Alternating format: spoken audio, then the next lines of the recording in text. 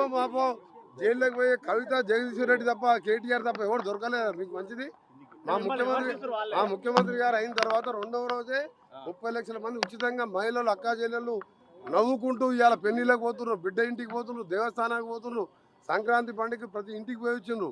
30 లక్షల ప్రతిరోజు 11 కోట్ల బర్డెన్, ప్రతిరోజు 10 లక్షల రూపాయలు, 10 కోట్ల రూపాయలు భారంగా భావిస్తలేము మేము.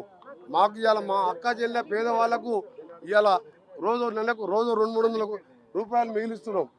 ఆరోగ్యశ్రీ 10 లక్షలకు పెంచినాం. 2 మాసాల లోపే గ్యాస్ సిలిండర్ కానీ ఫ్రీ కరెంట్ యూనిట్లు కానీ ఇవన్నీ కూడా ఇవ్వబోతున్నాం.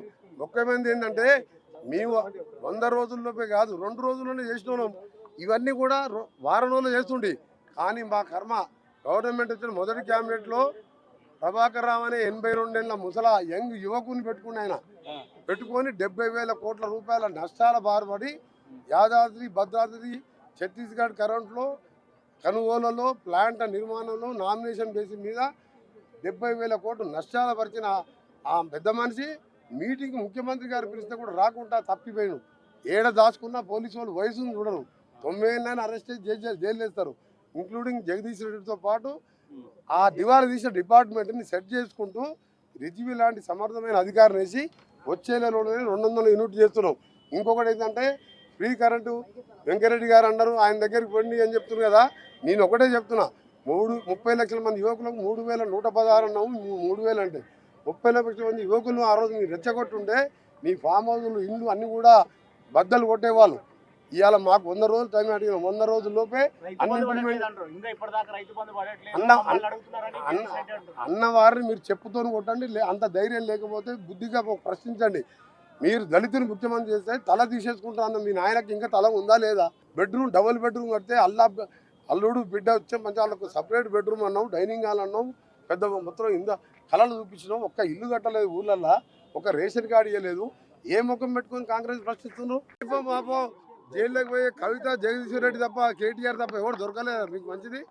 మా ముఖ్యమంత్రి గారు అయిన తర్వాత రెండవ రోజే 30 లక్షల మంది ఉచితంగా మహిళలు అక్కా చెల్లెళ్ళు నవ్వుకుంటూ ఇవాళ పెళ్లిళ్ళకి పోతున్నారు, బిడ్డ ఇంటికి పోతున్నారు, దేవస్థానానికి పోతున్నారు, సంక్రాంతి పండుగ ప్రతి ఇంటికి పోయి వచ్చిండ్రు. 30 లక్షల ప్రతిరోజు 11 కోట్ల బర్డెన్, ప్రతిరోజు 10 లక్షల రూపాయలు, 10 కోట్ల రూపాయలు భారంగా భావిస్తలేము మేము.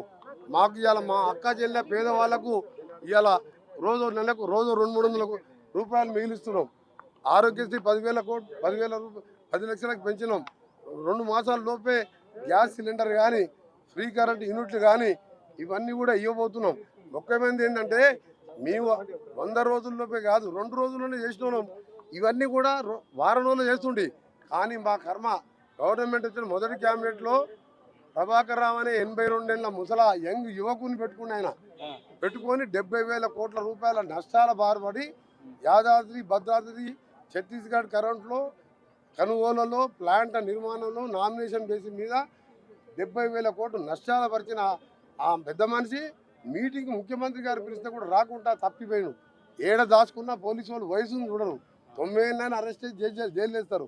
ఇంక్లూడింగ్ జగదీష్ రెడ్డితో పాటు ఆ దివాళా తీసిన డిపార్ట్మెంట్ని సెట్ చేసుకుంటూ రిజ్వీ లాంటి సమర్థమైన అధికారిని వేసి వచ్చే నెలలోనే 200 యూనిట్ చేస్తున్నాం.